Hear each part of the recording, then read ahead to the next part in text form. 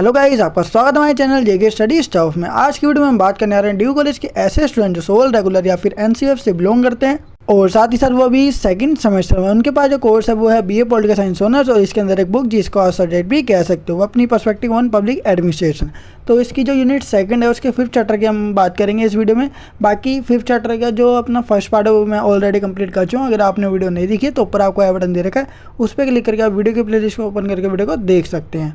तो गाइस शुरू करते हैं अपनी video. So without wasting time let's begin our video. So guys जैसे कि आप सबको पता ही है कि इस वीडियो में हम बात करेंगे जो अपना यूनिट सेकंड है, ठीक है, उसके 5th चैप्टर की, ठीक है, जिसका फर्स्ट पार्ट मैं ऑलरेडी बना चुका हूँ। और इस वीडियो में हम बात करने आ रहे हैं पारिस्थितिक दृष्टिकोण के मॉडल के बारे में। और इससे पहले जो हमने वीडियो बनाई थी उसमें हमने पारिस्थितिक दृष्टिकोण के बारे में जो बेसिक इन्फॉर्मेशन थी या फिर थोड़ी एडवांस वाली वो भी हमने कंप्लीट कर ली थी। तो इस वीडियो में हम जानेंगे पारिस्थितिक दृष्टिकोण के मॉडल, ठीक है। देन इसके बाद ये जो अपनी यूनिट है वो भी कंप्लीट हो जाएगी। तो गाइस देखो, पारिस्थितिक जो दृष्टिकोण है उसके 3 मॉडल है, ठीक है। सबसे पहला जो वो एग्रेरिया है जिसको संलयित बोल सकते हैं हम, दूसरा है अपना इंडस्ट्रियल विवर्तित और तीसरा है अपना प्रिज्मीय समाज। तो ये 3 प्रकार के क्या होते हैं अपने मॉडल है, इन तीनों को हम समाज भी कह सकते हैं, ठीक है। एग्रेरिया समाज, ठीक है, संलयित समाज कह लो या फिर इसे। दूसरा आता है इंडस्ट्रियल समाज, तीसरा है प्रिज्मीय समाज। तो ये 3 प्रकार के क्या अपने मॉडल हैं और 3 प्रकार के समाज भी आप कह सकते हो। पारिस्थितिक दृष्टिकोण के मॉडल ये बहुत ही ज़्यादा इंपॉर्टेंट टॉपिक है, ये आपके एग्ज़ाम में आएगा ही आएगा, ठीक है। अगर सेकंड जो अपनी यूनिट है उसके 5th चैप्टर से कोई क्वेश्चन आता है तो आपके एग्ज़ाम में ये पूछा जाएगा कि पारिस्थितिक दृष्टिकोण क्या है तथा इसके विभिन्न मॉडल की चर्चा कीजिए। तो आपको बताना पड़ेगा ये। और इससे पहले जो मैंने आपके लिए वीडियो बनाई थी वो भी आपको ध्यान रखनी है, उसमें से भी पूछा जाएगा। और ये आधी इन्फॉर्मेशन इसमें और आधी इन्फॉर्मेशन पिछले वाले पार्ट में थी। तो देखो, एग्रेरिया जो समाज है और इंडस्ट्रियल समाज और प्रिज्मीय समाज, ठीक है, ये सीक्वेंस में मैंने बनाए हैं।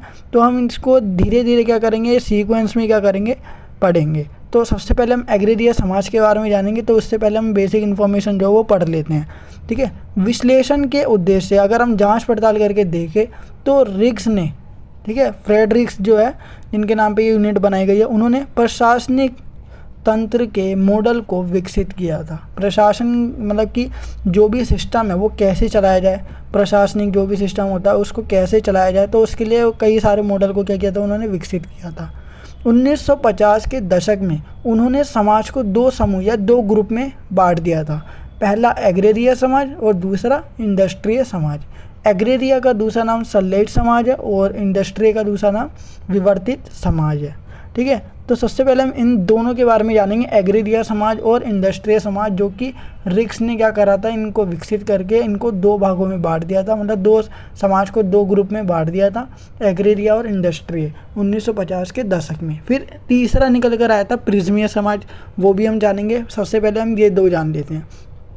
तो देखो, एग्रेरिया समाज या फिर संलयित समाज से संदर्भ यह है कि जहाँ पर पारंपरिक मतलब जो भी सदियों से चली आ रही है या परंपरा, ठीक है, पारंपरिक आर्थिक प्रणाली, ऐसी आर्थिक प्रणाली जो सदियों से चली आ रही है उसका उत्तर औपनिवेशिक समाजों में अधिक वर्चस्व है, ठीक है। जैसे निर्वाह कृषि, मान के चलो कि कोई भी देश, अगर मान के चलो कोई देश है वो गुलाम हो जाता है, फिर गुलामी के बाद वो दोबारा से क्या हो जाता है, आज़ाद हो जाता है। जैसे कि भारत है, भारत पहले क्या हुआ था, आज़ाद था सबसे पहले अगर हम बात करें। फिर उसके बाद क्या हो गए, ब्रिटेन या इंग्लैंड के लोग हैं, उन्होंने हमें क्या बना लिया, या अंग्रेज़ों ने हमें क्या बना लिया, गुलाम बना लिया। तो हम क्या हो गए, गुलाम बन गए। फिर उसके बाद हम क्या हो गए, दोबारा आज़ाद हो गए। तो लेकिन हमने क्या करा, ये नहीं करा कि हम ब्रिटेन की सारी चीज़ें अपनाते हैं, ठीक है। हमारे यहाँ पे हम चाहे तो कि जो ब्रिटेन की मुद्रा है वो भी अपना सकते थे, लेकिन हमने रुपया चेंज ही नहीं किया, ठीक है। हम अंग्रेज़ों की जो करेंसी है वो भी अपना सकते थे क्योंकि हम गुलामी से गुजर चुके हैं, तो हम उनकी जो करेंसी वो अपना सकते थे, लेकिन हमने उनकी करेंसी को नहीं अपनाया, हमने रुपया रखा, ठीक है। आर्थिक जो अपनी प्रणाली है या फिर आर्थिक जो तरीका है, अगर लेन देन करने का जो तरीका, वो हमने क्या रखा, रुपया रखा। वो अपनी आज़ादी से पहले आज़ादी से पहले क्या था, मैं कह रहा हूँ कि गुलामी से पहले और गुलामी के बाद हमने रुपया ही माना था आर्थिक लेन देन का तरीका, ठीक है। तो उत्तर औपनिवेशिक समाजों में अधिक वर्चस्व है, जैसे कि निर्वाह कृषि अर्थव्यवस्था, जहाँ पर किसी भी प्रकार के आधुनिकीकरण ने स्थान ना लिया हो, ठीक है। इसका किसी प्रकार से ना ये आधुनिकीकरण इसमें आया ही नहीं है। ठीक है, इन्होंने एक तरीके से ये कह लो एग्रेरिया में ना कृषि से संबंधित बात की जाएगी। ये अपने जीवन जीने का तरीका केवल क्या है, कृषि से ही करते हैं। ठीक है, इनके जीवन जीने का तरीका यही है कि कृषि करते रहो। और दूसरी बात क्या है, इधर कोई भी आधुनिकीकरण ने स्थान नहीं लिया है। ठीक है, तो वहाँ पर मौलिक रूप से पारंपरिक मतलब जो सदियों से चली आ रही निर्वाह अर्थव्यवस्था है उसके साथ साथ सामाजिक और सांस्कृतिक व्यवस्था भी उपस्थित रहती है।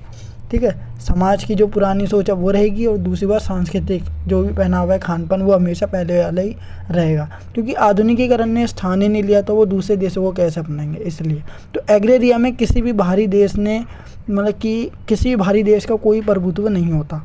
एग्रेरिया में ये बात है, और कृषि को बहुत ज़्यादा इंपॉर्टेंस दी जाती है। और तीसरी बात, इसमें पारंपरिक जो तरीके होते हैं उसी को फॉलो करके ही देश में उसका पालन किया जाता है, एक तरीके से ये कह लो। उदाहरण के लिए 1950 के दशक में 1950 का अगर दशक देखें उसमें चीन, इंडोनेशिया और फिलीपींस ने इन समाज में एकल संरचना कई संख्याओं में कार्यों को संभालती है।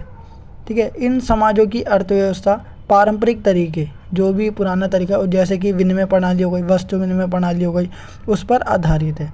राजा और राजघराने का सदस्य, ठीक है, राजघराने के जो भी सदस्य हैं और निर्वाचित सदस्य, चुने गए सदस्य देश में स्थापित पारंपरिक सामाजिक कानूनों के अंदर ही शासन करता है।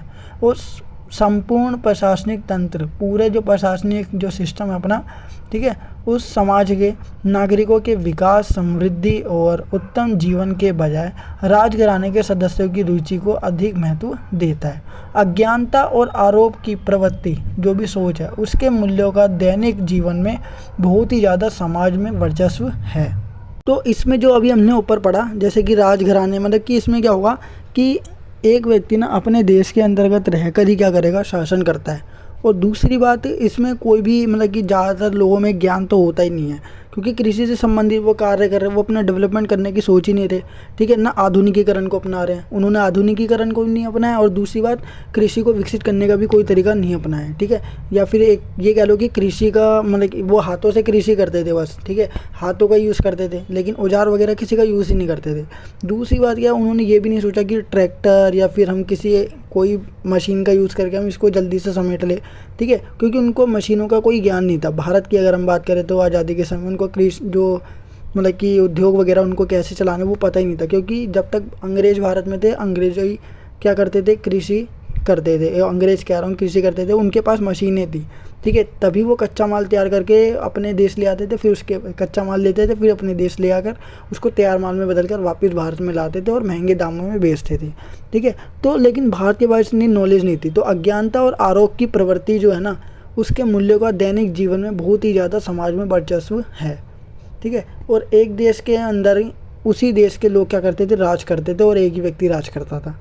ठीक है, इन समाजों में जो अगर जिस तरह का समाज हम पढ़ रहे हैं उसमें नागरिकों के पास सीमित रूप में सामाजिक और राजनीतिक गतिशीलता होती है, इनके पास लिमिट में ही होती है।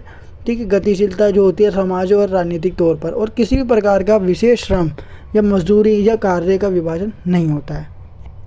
पुराने रीति रिवाज, आस्था, मूल्य और विश्वास और साथ ही साथ जीवन जीने का तरीका लोगों को सामूहिक रूप में क्या बनाता है, सामूहिक रूप से सक्षम बनाता है। इन समाजों में आलोचनात्मक विचार जो बुराई वाले विचार है या फिर परीक्षण समाज में खतरे को दर्शाता है। ठीक है, और साथ ही साथ आम लोगों का जीवन राज परिवार के अधीन होता है, जिसमें आम लोग क्या होंगे, हर बारी राजा वगैरह जो भी कहेगा उसकी बात मानते थे। अब इसके बाद देखो धीरे धीरे क्या हुआ, डेवलपमेंट हुआ। अब इसके बाद दूसरे हम जानेंगे दूसरे समाज के बारे में, इसके विपरीत ही है वो, इसमें डेवलपमेंट को मतलब कि हुआ ही नहीं था। और दूसरी बात ये आधुनिकीकरण को नहीं अपनाते थे, जो एग्रीरिया वाला जो समाज था। दूसरे में क्या होता है, इंडस्ट्री है, इंडस्ट्री से पता लग रहा है इंडस्ट्रियल होगा, ये पूरा उद्योगों से रिलेटेड होगा। तो देखते हैं और समझते हैं। एग्रेरिया मतलब एग्रीकल्चर से रिलेटेड हो गया, एग्रेरिया नाम मैच कर रहा है, एग्रेरिया एग्रीकल्चर या फिर कृषि। ठीक है, जो पहला समाज था। दूसरा इंडस्ट्रियल या फिर इंडस्ट्रियल, और इसको हम क्या बोल सकते हैं, उद्योग। तो देखो इंडस्ट्रियल समाज या फिर विवर्तित समाज, इसका संदर्भ विकसित समाज हो, जो ऐसे देश जो विकसित हो चुके हैं। समाज को राज्य या देश भी कह सकते हो, जैसे कि संयुक्त राज्य अमेरिका यूएसए हो गया, जिसकी अर्थव्यवस्था अधिकांश रूप से औद्योगिक के साथ साथ आधुनिक भी हो चुकी है और दूसरी बार राजनीतिक और नौकरशाही संरचना पर आधारित थी। इन समाजों में देश की आर्थिक संरचना को आकार देने में आधुनिक उद्योगों ने बहुत ही ज़्यादा महत्वपूर्ण भूमिका निभाई है। साथ ही साथ उत्पादन की गतिशीलता या गतिशील व्यवस्था और उच्च स्तर के विशेष श्रम विभाजन ने भी भूमिका निभाई है। सभी संगठन जो भी ऑर्गेनाइजेशन है या स्ट्रक्चर है या फिर आधुनिक वैज्ञानिक तर्क संगत के माध्यम पर आधारित है। ये अर्थव्यवस्था मुफ्त बाजार युक्तिकरण पर आधारित है। रिक्स ने रिक्स ने इन समाजों को मुफ्त व्यापारिक समाज का नाम दिया है। इंडस्ट्रियल या विवर्तित समाज में बाजार में सरकार के द्वारा हस्तक्षेप या फिर दखल कह लो और बाजार में संचालन ना के बराबर होता है। मतलब इसमें सरकार की कोई भूमिका होती नहीं है इंडस्ट्रियल समाज में, क्योंकि यूएसए में सरकार की जो दखल है या फिर ये कह लो कि सरकार ना के बराबर काम करती है, क्योंकि सारी चीज़ें क्या है, प्राइवेट है, प्राइवेटाइजेशन है वहाँ पर। ठीक है, एलपीजी वगैरह जो तरीका वो अपना रखा है।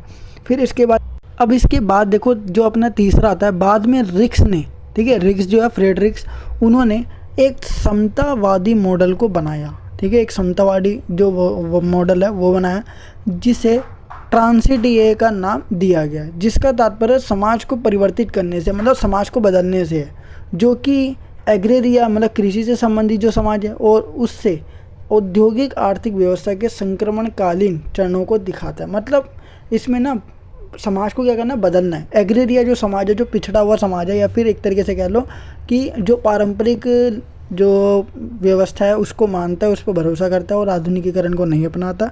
ठीक है, उसको हमें क्या करना है, बदल कर आधुनिकीकरण की ओर ले जाना है। और दूसरी बात, औद्योगिकरण को बढ़ावा देना है, या दूसरे वाला जो समाज है एग्रेरिया से हमें क्या बनाना है, इंडस्ट्रियल समाज बनाना है। ठीक है, सल्लैंड समाज से हमें विवर्तित समाज को बनाना है।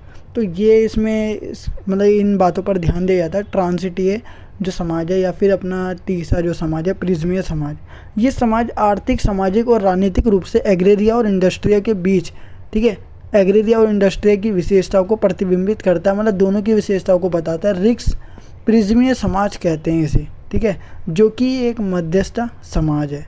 सबसे पहले इस बात पर ध्यान दिया गया कि प्रिज्मीय समाज ही उत्तर औपनिवेशिक समाज है। ये गुलामी के बाद वाला समाज है। जैसे कि मान के चलो कि गुलामी से पहले हमें क्या पता, मतलब कि हम मान के चलो कि हमारे पास रुपया था, फिर उसके बाद गुलामी के बाद अब हम इंग्लैंड की करेंसी को अपना लेंगे। ठीक है, तो इसमें क्या होगा, हम दोनों तरह की हमने जो सिचुएशन है वो देखी है, रुपया भी देखा है और इंग्लैंड की करेंसी भी देखी है। भारत की करेंसी और इंग्लैंड की करेंसी हमने देखी है। या ये कह लो कि पहले हम हाथों के द्वारा कृषि करते थे, फिर हमने क्या करा, उद्योगों का सहारा ले लिया। अब हम कृषि तो करते हैं लेकिन उद्योगों के द्वारा कर लेते हैं, उद्योगों की हेल्प लेके करते हैं। तो ये क्या हो गया, एग्रीरिया से हमने इंडस्ट्री में कर दिया। तो दोनों की जो विशेषताएं होगी वो दिखाई देगी। रिक्स प्रिज्मीय समाज इसे हम कहते हैं, और जो कि मध्यस्थ समाज है, जिसमें दोनों समाज मिले हुए हैं। सबसे पहले इस बात का ध्यान दिया गया कि प्रिज्मीय समाज ही उत्तर औपनिवेशिक समाज है, जो 1940 से 1950 के दशक में पश्चिमी शक्तियों के उपनिवेश से स्वतंत्र हुए थे। उन देशों में ये देखने को मिलता है। ठीक है, जो प्रिज्मीय समाज है। देखो इसके बाद बोला गया पश्चिमी जो शक्तियाँ हैं, या पश्चिमी देश, जैसे कि अमेरिका हो गया, इंग्लैंड हो गया, या फिर बहुत सारे जो पश्चिमी देश है ना, उन्होंने अपने विकसित प्रशासनिक तंत्र के द्वारा, उनका जो प्रशासनिक तंत्र है ना, जो भी सिस्टम है वो बहुत ही ज़्यादा क्या डेवलप है, तो उसके द्वारा उन्होंने कई सदियों तक शासन किया है किसी दूसरे देश पर। साथ ही साथ अपने सामाजिक, आर्थिक, तकनीकी और सांस्कृतिक वर्चस्व के द्वारा उन्होंने पूरे विश्व पर कब्जा कर रखा था। एक तरीके से ये कह लो, ब्रिटेन इकलौता ऐसा कंट्री है जिसने 100 से ज़्यादा कंट्रियों को क्या कर रखा था, गुलाम बना रखा था। ठीक है, या उस पर राज कर रखा है। ठीक है, जिनमें से भारत भी एक है। और उन्होंने इन समाजों में शासन करने के लिए अपनी आधुनिक नौकरशाही को थोपा था। जैसे कि ब्रिटेन ने अपनी कंपनी भेजी थी, उन्होंने सीमित अर्थों में नौकरशाही में स्थानीय लोगों की भर्ती की। द्वितीय विश्व युद्ध के बाद, दूसरे विश्व युद्ध के बाद इन देशों को स्वतंत्रता प्राप्त हुई थी। दूसरा, जब इन पश्चिमी शक्तियों ने इन देशों को छोड़ा, ठीक है, पश्चिमी शक्तियों ने इन देशों को छोड़ दिया, कुछ देशों खुद ही आज़ाद हो गए थे, और उन्होंने साथ ही साथ आधुनिक नौकरशाही तंत्र के ढांचे, राजनीतिक व्यवस्था, औद्योगिक व्यवस्था और तकनीकी व्यवस्था को भी स्वदेशी लोगों के साथ छोड़ दिया था। ये समाज आधुनिक अर्थव्यवस्था, राजनीतिक और प्रशासनिक तंत्र के साथ साथ पारंपरिक सामाजिक और राजनीतिक और साथ ही साथ सांस्कृतिक संरचना से भी बने हुए थे। हालांकि ये समाज एग्रेरिया और इंडस्ट्रियल समाज के बीच एक मध्यवर्ती समाज है, दोनों से मिलकर बना है। रिक्स पश्चिमी समाज के द्वारा थोपे गए प्रशासनिक तंत्र और साथ ही साथ उसके सामाजिक और सांस्कृतिक पर्यावरणीय संबंधों के बीच प्रिज्मीय समाज को जानने में उत्सुक थे। प्रिज्मीय समाज में ये देखा जाता है कि पारंपरिक निर्वाह कृषि अर्थव्यवस्था के साथ आधुनिक औद्योगिकरण भी मौजूद है। ठीक है, हाथों से खेती करो कोई दिक्कत नहीं है, लेकिन कभी कभी मतलब किसी जगह पर हमें अगर ज़्यादा हमें काम का लोड पड़ रहा है तो हमें क्या करना चाहिए, आधुनिक औद्योगिकरण का भी सहारा लेना चाहिए। दोनों चीज़ें होनी चाहिए। बड़े और आधुनिक शहरों के साथ साथ ग्रामीण इलाके भी अस्तित्व में आए। ठीक है, बड़े या फिर आधुनिक शहरों के साथ साथ गाँव के इलाके भी अस्तित्व में हैं। और साथ ही साथ आधुनिक राजनीतिक संस्थाओं के साथ साथ पारंपरिक सामाजिक राजनीतिक और सांस्कृतिक संगठन भी अभी मौजूद है। ठीक है, मतलब हमने क्या करा, प्रिज्मीय समाज में ना पारंपरिक तरीके भी होंगे, पारंपरिक संस्थाएं भी होगी, ये पारंपरिक जो तरीके या फिर व्यवस्था जो थी वो तो होगी, इलाके भी होंगे, लेकिन साथ साथ आधुनिक तरीके भी आएंगे, व्यवस्था भी आएगी, संस्थाएं भी आएंगी। इस प्रकार के समाज में लोगों का व्यवहार राजनीतिक संस्कृति से लेकर पारलौकिक राजनीतिक संस्कृति में भी भागीदारी वाला रहता है। तो इसके साथ अपनी जो यूनिट सेकंड का 5th चैप्टर है वो भी कंप्लीट हो जाता है। आई होप गाइस आपको ये वीडियो ज़रूर पसंद आई होगी। थोड़ा सा जो अपने लास्ट वाले टॉपिक है वो थोड़े टफ है, लेकिन आपको क्या करना है, इसको एक पॉइंट समझ लेना है। जैसे कि एग्रेरिया में हमने कृषि से संबंधित बात की, जिसमें कोई भी विकास नहीं होगा, और दूसरी बात कोई भी दूसरा देश दखल नहीं देगा। ठीक है, और दूसरे में एग्रेरिया के बाद क्या आ जाता है, इंडस्ट्री आ जाता है, जिसमें हम क्या बात करेंगे, आधुनिक या फिर औद्योगिकरण की बात करेंगे, जो कि आज़ादी के बाद हुआ था। तीसरे में हम प्रिज्मीय समाज की बात करते हैं। प्रिज्मीय समाज में दोनों के गुण निहित होते हैं। जैसे कि आपको पता ही है कि मिश्रित अर्थव्यवस्था अपने भारत में अपनाई गई है, जिसमें दोनों के गुण निहित थे।